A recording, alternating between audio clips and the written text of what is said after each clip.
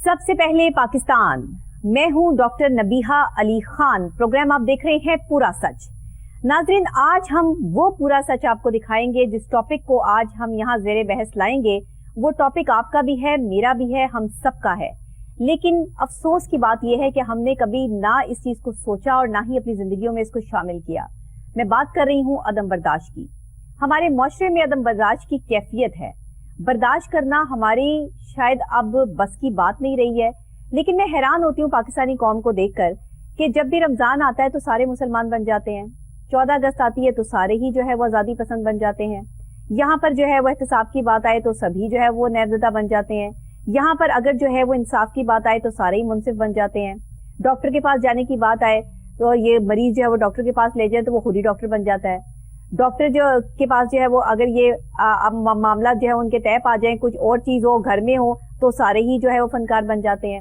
کوئی آپ رشتہ دار کسی جگہ پر جو ہے وہ جا رہے ہو، کوئی ایونٹس اٹینڈ کر رہے ہو تو آپ کو پتہ لگے گا کہ یہاں پہ تو سارے ہی فنکار ہیں۔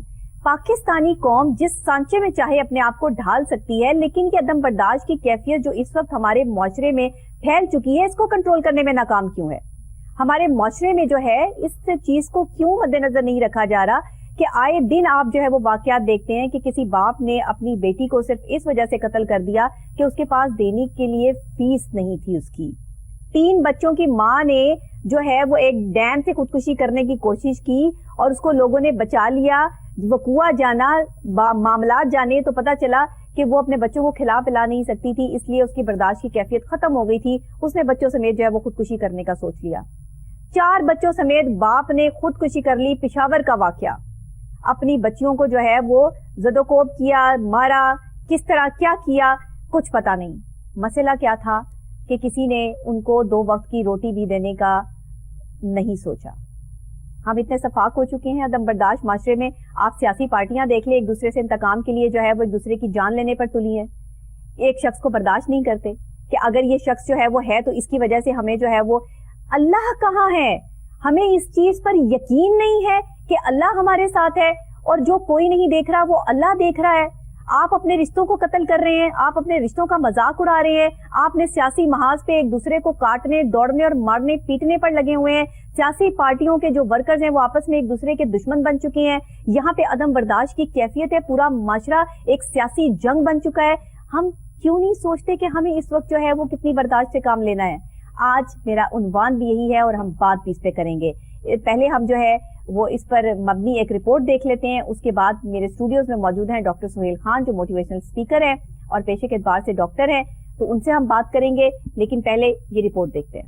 معاشرے میں جس طرف نگاہ دوڑائی جائے ہر ایک خود غرضی کا خول چڑھائے مشینی طرز زندگی گزارتا نظر آتا ہے۔ آج کا انسان معاشرتی ادب و آداب سے یکسر واقف دکھائی دیتا ہے۔ کسی بھی معاشرے کی خوبصورتی میانہ روی، تحمل مزاجی، رواداری اور عدل و انصاف کی فراہمی میں ہے۔ اگر معاشرے میں ان چیزوں کا فقدان ہوگا تو شدت پسندی، جارحانہ پن، غصہ، عدم برداشت اور لاقانونیت وجود میں آئیں گی۔ عدم برداشت ہمارے معاشرے کو دیمک کی طرح چاٹ رہا ہے۔ آئے روز اخبار میں اس طرح کی خبریں دیکھنے کو ملتی ہیں کہ استاد نے شاگرد کو زدوکوب کیا تو کہیں شاگرد نے استاد کو قتل کر دیا، کہیں گھریلو ملازمین پر تشدد جاری ہے تو کہیں بنت ہوا ظلم و ستم کی نظر ہو رہی ہے، کہیں سیاسی مخالفین ایک دوسرے کی جان کے در پہ ہیں تو کہیں سیاسی جماعتوں کے نمائندگے ایک دوسرے کو لان تان کرنے میں مصروف ہے۔ عدم برداشت کا یہ عالم ہے کہ آزمائش کے وقت بارگاہ الہی میں صبر و شکر کرنے کی بجائے ہم اس کے سامنے بھی شکووں کی طویل فہرست لیے حاضر ہو جاتے ہیں۔ الغرض کہیں خالق سے شکوہ گناہ ہے تو کہیں مخلوق سے تعلقات کشید کیے بیٹھے ہیں۔ ہم یہ تک بھول چکے ہیں کہ ایک انسان کا قتل پوری انسانیت کا قتل ہے۔ یہ عدم برداشت ہی ہے جس کی وجہ سے آج وطن عزیز پاکستان میں جرائم کی بھرمار ہے، معاشرے میں انتشار ہے، بدعنوانی، معاشرتی استحصال اور لاقانونیت کا دور دورہ ہے۔ ہم انفرادی و اجتماعی طور پر عدم برداشت کا شکار ہیں، چاہے وہ ہماری ذاتی زندگی ہو یا معاشرتی کوئی پہلو۔ ہماری نظر میں ہمارا نظریہ، ہمارا عقیدہ، ہماری رائے درست ہے۔ ہمارا معاشرہ جنگل کا معاشرہ بن چکا ہے۔ یہاں ایسا قانون نافذ کرنے والے معاملات اور حالات ہو گئے ہیں کہ شاید اب کسی کو بھی انصاف کی توقع نہیں رہی، جس کی وجہ سے عدم برداشت کی کیفیت ہے۔ پروگرامز اب یہ نہیں ہونے چاہیے کہ کون سی سیاسی پارٹی کس کی کتنی دشمن ہے اور کس نے کس کے خلاف جو ہے وہ کیا پلان بنا رکھا ہے۔ پروگرام اب یہ ہونا چاہیے کہ معاشرے میں جو عدم برداشت کی کیفیت آ گئی ہے اس کو کنٹرول کیسے کرنا ہے۔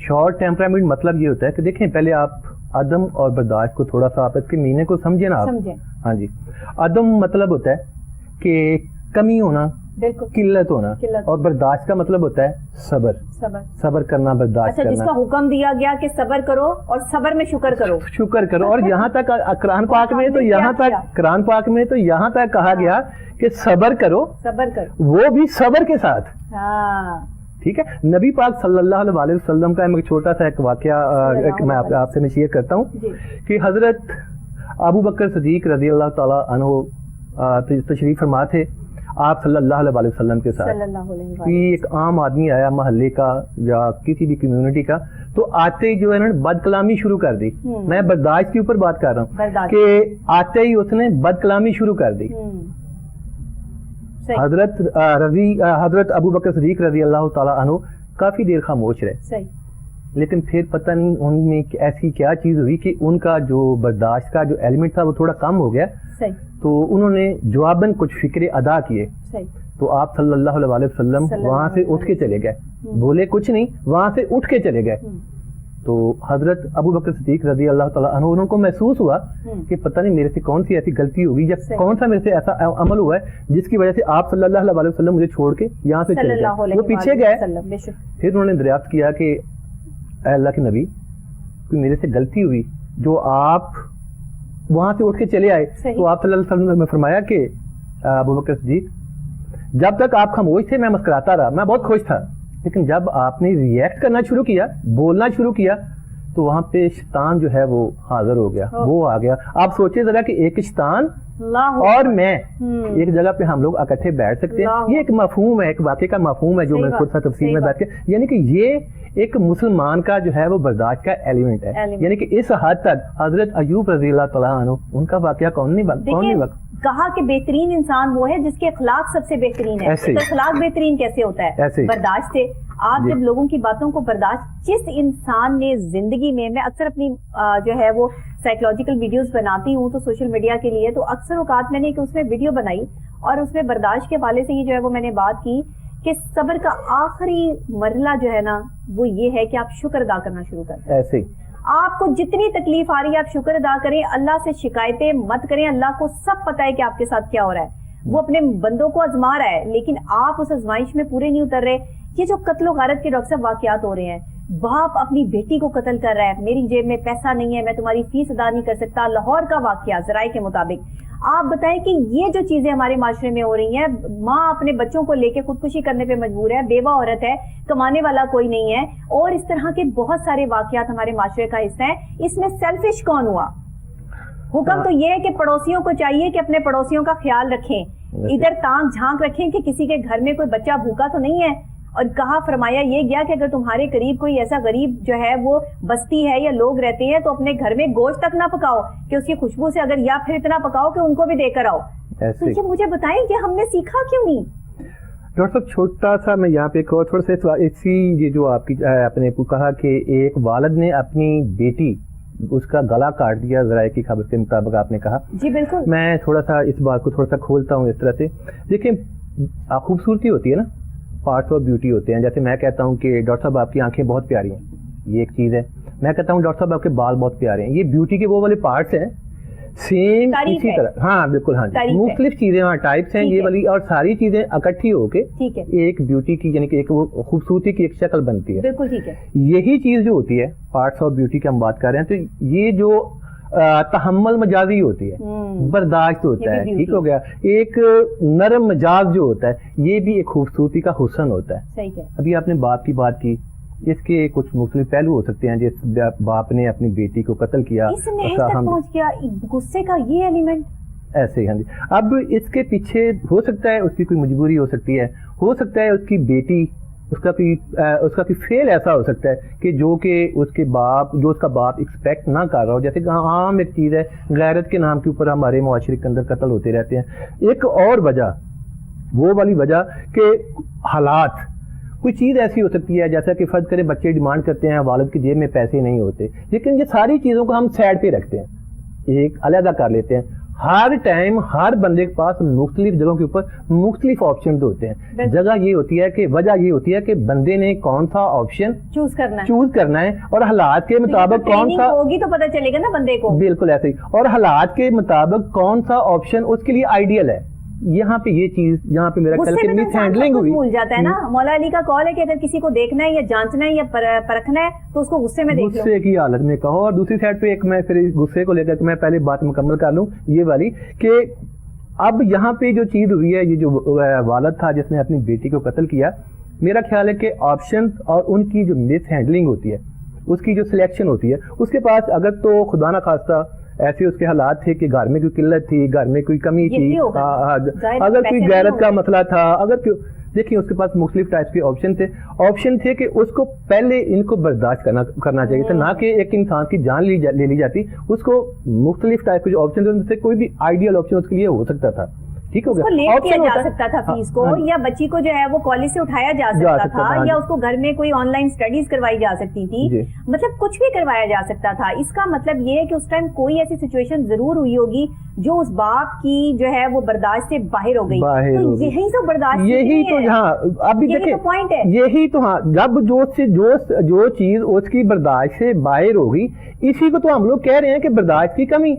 اسی چیز کو تو برداشت کرنا, ویسے تو آپ نے لانا ہے, تو یہ ڈاکٹر صاحب کیسے لائیں گے؟ ایسے موقعوں پہ تو برداشت کو ہم نے استعمال کرنا ہے. کیسے لائیں گے؟ اللہ تعالیٰ کے نزدیک جو بندہ صبر کرنے والا ہوتا ہے نا, وہ بہت ہی زیادہ پسندیدہ اس کا اللہ تعالیٰ کے نزدیک وہ انسان ہے. جو انسان صبر والا ہے, ہر چھوٹے عمل کے اوپر, ہر برے عمل کے اوپر اپنا وہ صبر کرتا ہے اور اللہ کے حضور وہ ساری چیزیں جو لے کے جاتا ہے. میں آپ کو ڈاکٹر صاحب یہاں پر ایک چیز کہنا چاہوں گی کہ ہماری جو معاشرے کی بہن بیٹیاں بیویاں جو اس ٹائم یہ پروگرام دیکھ رہی ہیں نا, ہمارے معاشرے میں میڈیا نے, ڈراموں نے, فلموں نے ان بہنوں بیٹیوں کو بگاڑ کے رکھ دیا ہے, ایسے تباہ کر دیا ہمارے معاشرے کو. لڑکیوں کو بھاگنے کے طریقوں سے لے کے اعلیٰ کپڑے, لیوش کپڑے, برانڈ کانشیس بنا دیا ہے. جو برانڈ پہنتا ہے اس کی عزت ہے, جو برانڈ نہیں پہنتا اس کو لوگ حقارت کی نظر سے دیکھتے ہیں. غریب گھر سے آئی ہوئی لڑکیاں کالج اور یونیورسٹیز میں جب اپنے ماں باپ سے پیسے کی ڈیمانڈ کرتی ہیں تو ان کے ماں باپ افورڈ نہیں کر پاتے, لیکن اچھی اعلیٰ تعلیم دلوانے کے لیے وہ ان کو اچھے انسٹیٹیوٹ میں داخلہ کروا دیتے ہیں.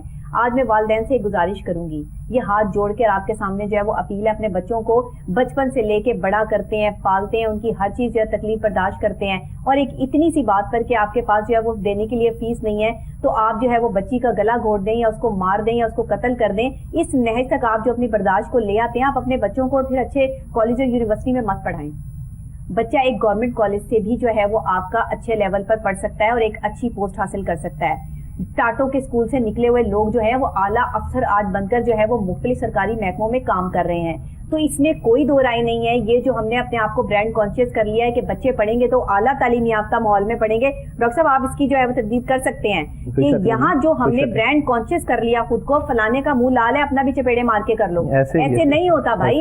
معاشرے میں جو یہ ایک چیز پھیل گئی, اوپر سے میں اپنی اینکرز کو کہوں گی, میڈیا کی جو ہماری اینکرز لیوش لباس پہن کے صبح جو ہے وہ مارننگ شو میں خواتین کو جو ہے وہ بگاڑ پیدا کر رہی ہیں. جو وہ آپ تو ڈیزائنر کے کپڑے پہن کے بیٹھ جاتی ہیں, آپ نے تو وہ کپڑے اتارنے اور ڈیزائنر کو واپس کر دینے ہیں. مجھے لاکھوں ڈیزائنر جو ہے وہ کہتے ہیں کہ ہمارے کپڑے پہن کر آپ جو ہے وہ چینل پر بیٹھ جائے. میرے پاس اتنا ٹائم نہیں کہ میں ڈیزائنر کے کپڑے لاؤں اور پھر اس کو جو ہے وہ واپس کر کے آؤں اور اپنے معاشرے کی عورتوں کو جو ہے وہ بگاڑ پیدا کر دوں. میرے پاس جتنا پیسہ ہے میں اس پیسہ لگا کے جو اپنے کپڑے پہن کر جو ہے وہ آ جاتی ہوں. تو آپ کو بھی چاہیے کہ آپ جو ہے وہ اس چیز کو اپنائیں, اس سادگی کو اپنائیں. یہ جو بہن بیٹیاں اپنے ماؤں سے, اپنے باپ سے, اپنے بھائی سے فرمائشیں کرتی ہیں, یہ ایک باپ کو جو ہے وہ ہارٹ اٹیک مردوں کو کیوں ہوتے ہیں؟ کبھی سوچا آپ نے کہ مردوں کو ہارٹ اٹیک کیوں ہوتے ہیں؟ انہی وجوہات کی بنا پر ہوتے ہیں. آپ ان کی برداشت کو ختم کر دیتی ہیں گھر میں, ان سے ڈیمانڈیں کر کے, اور بچے ہر وقت آئس کریم چاہیے, کھانا چاہیے, جنک فوڈ چاہیے, فلانا چاہیے. بچوں کو سکھائیں, کوئی تمیز, کوئی تربیت کریں ان کی. ہر وقت ایک باپ اپنی جیب سے پیسہ کس طرح خرچ کرے. وہ عورتیں جو کمانے والی ہیں, گھر سے باہر جاتی ہیں, گھر کے کام بھی کرتی ہیں, ان کی پرابلمز بھی دیکھیں. معذرت کے ساتھ ڈاکٹر صاحب میں نے آپ کا جو ہے وہ یہ ٹائم لے لیا, لیکن یہ وہ چیزیں ہیں جو ہمارے معاشرے کو پتہ ہونی چاہیے. یہاں مجھے بتائیں کہ کیا کرنا ہے. دیکھیں پہلے تو ڈاکٹر صاحب ایک جو ہے نا چیز جو سمجھنے والی مین چیز, ابھی دیکھیں اب میں بیٹھا ہوں یہاں پہ, میں نے کس طرح کی ڈریسنگ کی ہے یہ میں جانتا ہوں. اب آپ ہیں, آپ نے کیا. اب جو تھرڈ پرسن ہے, جو ایک دوسرا تیسرا آدمی ہے, اس کو کیا کرنا چاہیے؟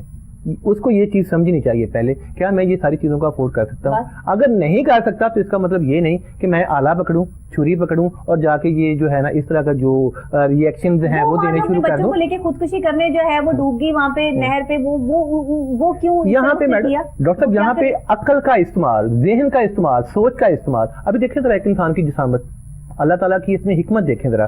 اللہ تعالیٰ نے جب انسان کے وجود بنایا, گھر میں کام نہیں کر سکتے. اچھا جی جی بالکل ایسے ہی کہیں جاب لینے نہیں ایسے ہو سکتا جی. 1 مہینہ لگے گا, 2 مہینے لگیں گے, تب تک کسی سے ادھار مانگ کے یا کسی کے گھر میں جو ہے وہ تھوڑا بہت کوئی چیزیں جو ہے وہ کر کے, کیا وہ اپنے بچوں کو میرج نہیں کر سکتی تھی؟ سر کر سکتی تھی, لیکن اس نے ایسا کیوں کیا؟ وہ اس نیز تک کیوں پہنچی؟ اس کی ضرورت بھی ڈاکٹر صاحب, اس کی ضرورت کیوں پڑی؟ ضرورت پھر وہیں پہ مسئلہ بات پھر وہیں پہ آ گئی کہ برداشت کی کمی.